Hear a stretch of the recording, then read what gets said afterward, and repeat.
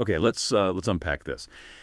Have you ever felt like there's, I don't know, an invisible force at play, something in your emotional, your physical well-being? Shaping maybe your confidence or how calm you feel. Today, we're doing a deep dive into an ancient concept. It's one that many believe holds the key to, well, profound personal transformation. We're talking about chakras. And our deep dive today, it's based on material from the Unlock Your Chakra website, specifically their About Us page, and also a really detailed blog post. It's called How to Unlock Your Chakra and Unlock Its Power 7 Chakra. It's written by the founder, Armin Gregorian. Right. And what's really fascinating here, I think, is how these sources, they don't just lay out this ancient wisdom, right? They actively try to bridge it with practical things, accessible approaches for modern life. So our mission for this deep dive really is to understand what these vital energy centers are supposed to be, where the idea comes from, and crucially, how, according to these specific sources, you might engage with them, to potentially get more balance, more well-being. It really offers a kind of roadmap, whether you're just curious or, already committed to this kind of path. That sounds like a great mission. Yeah. So, okay, let's start right at the beginning then. When this website, Unlock Your Chakra, talks about chakras, how do they define them? Because vital energy centers, I mean, that sounds profound, but what does it mean in this context? Yeah, that's a key question. When these sources use that phrase, vital energy centers, they're talking about conceptual vortexes, not physical organs. They're believed to be points where our life force, they call it prana, is concentrated in the body. The About Us page actually mentions this is a concept explored for centuries, mainly in Indian and Eastern cultures. It acts as a sort of energetic blueprint. And the blog post, it goes further, explaining that each of the 7 main chakras is tied intrinsically to specific emotions, qualities, even physical areas of the body. Okay, so if they're energy centers, what's the whole idea behind unlocking them? Does that imply they're like blocked somehow? Maybe like a clogged pipe? Is that a fair analogy? That's actually quite a useful way to think about it, yeah.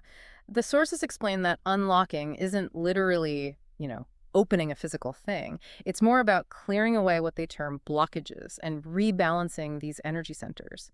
And these blockages, they aren't physical things you could, point to. They're presented more as stagnant energy, or maybe unresolved emotional patterns. And according to the site, these can show up as those feelings we sometimes get: anxiety, maybe a creative slump, or finding it hard to express yourself.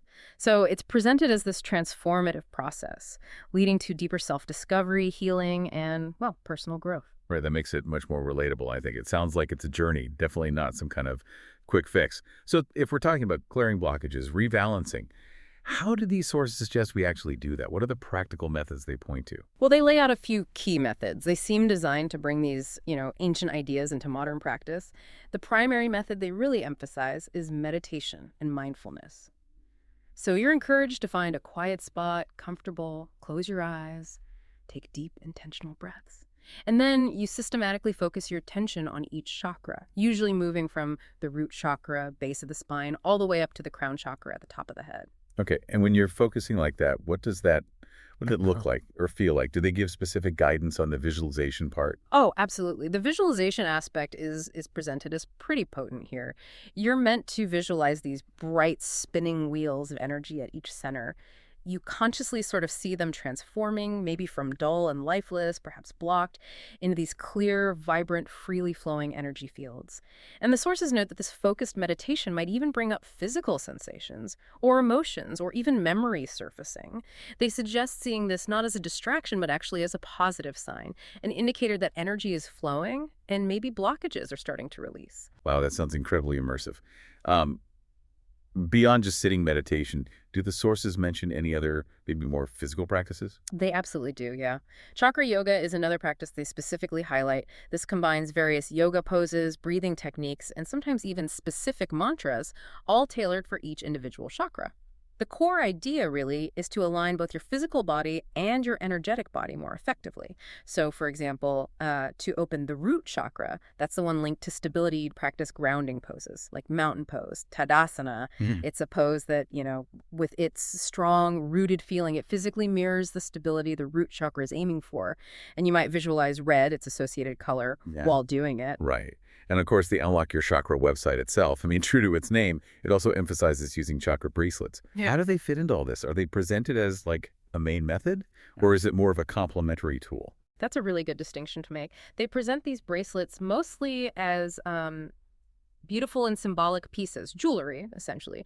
They feature gemstones that correspond with each of the chakra energy centers. So wearing them daily is presented as a way to carry their supportive, sort of healing energies with you, helping keep your chakras feeling balanced and aligned. It's not really framed as the sole method of unlocking. It's more like a tangible reminder, a reminder of your intention in your practice. Interesting. It's interesting how they offer both these active practices like meditation and yoga, Yeah. and also the supportive tools like the bracelets. Okay, now maybe we can delve a bit deeper into what each of these 7 main chakras actually represents and what focusing on them might achieve, at least according to these sources. Sounds like mapping out an inner journey, almost. Where do we start? Right, we start at the very base, grounding ourselves, essentially. The first is the root chakra, or muladhara, located right at the base of the spine. This one, as the sources explain it, is fundamentally about stability, security, our most basic survival instincts, really. So if you often feel anxious, maybe insecure, or kind of disempowered, the sources suggest that engaging with and unlocking this chakra could bring a really profound sense of balance, serenity even, helping you feel more firmly planted. Okay, so moving up from that foundation, we get to the sacral chakra, Svadhisthana. That's in the lower abdomen, right? Yep. What's its domain, according to the sources? The sacral chakra, yeah. It's beautifully associated with creativity, passion, sensuality, too. So if you're feeling maybe a lack of inspiration or struggling with expressing emotions, maybe difficulties in relationships, the sources suggest engaging with this area is a way to potentially reignite your zest for living, invite more joy and connection into your life. Then, a bit higher up, we find the solar plexus chakra, Manipura, in the upper abdomen. This one always seems to come up when people talk about personal power. Exactly, that's spot on.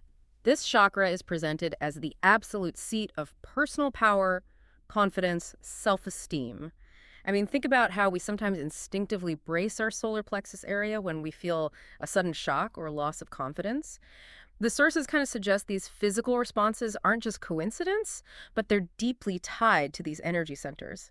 So if you're feeling indecisive or lacking self-assurance, maybe struggling to assert yourself, unlocking this chakra, they suggest, might give you that boost, the boost needed to take charge of your life with more conviction. And right there in the center of the chest, where it feels so, well, central to our human experience, that's the heart chakra, Anahata. The heart chakra anahata, yes, it truly feels like the core, doesn't it? It's presented as the center of love, compassion, forgiveness, both for ourselves and, for others. The sources indicate that if you're maybe experiencing emotional barriers, perhaps holding on to old hurts, or just finding it difficult to forge meaningful connections, opening your anahata is said to bring this profound sense of love, empathy, acceptance, ultimately fostering deeper relationships. Okay. From the heart, then we move up to the throat chakra Vishuddha, which seems pretty clearly all about expression. That's right. Situated near the throat, Vishuddha relates directly to communication and self-expression, your voice, essentially. So if you find it hard to speak your truth or maybe express yourself clearly or even just feel heard, the sources suggest that unlocking this chakra could significantly increase your ability to communicate more authentically, more effectively, allowing your true voice to kind of emerge. And then between the eyebrows, we find the third eye chakra, or ajna. This one always makes me think of intuition, maybe foresight. It absolutely does. The third eye chakra, ajna, is presented as the center of intuition, definitely. Inner wisdom, insight too. So the sources indicate that if you're seeking clarity or maybe a deeper understanding of things or just trying to connect with your inner guidance, focusing on this chakra could provide valuable new perspectives. It might strengthen your intuitive abilities, helping you see beyond the obvious, perhaps. And finally, right at the very top of your head, the crown chakra, Sahasrara, completing this whole upward journey. Exactly. The crown chakra, Sahasrara, is described as the chakra associated with spiritual connection, higher consciousness, enlightenment even.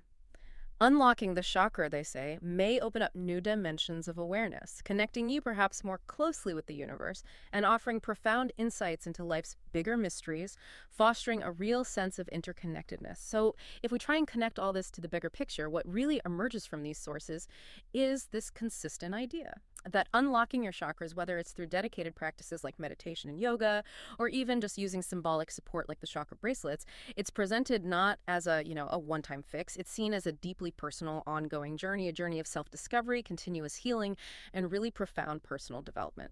Right. So thinking about all that, what does this all mean for you listening right now?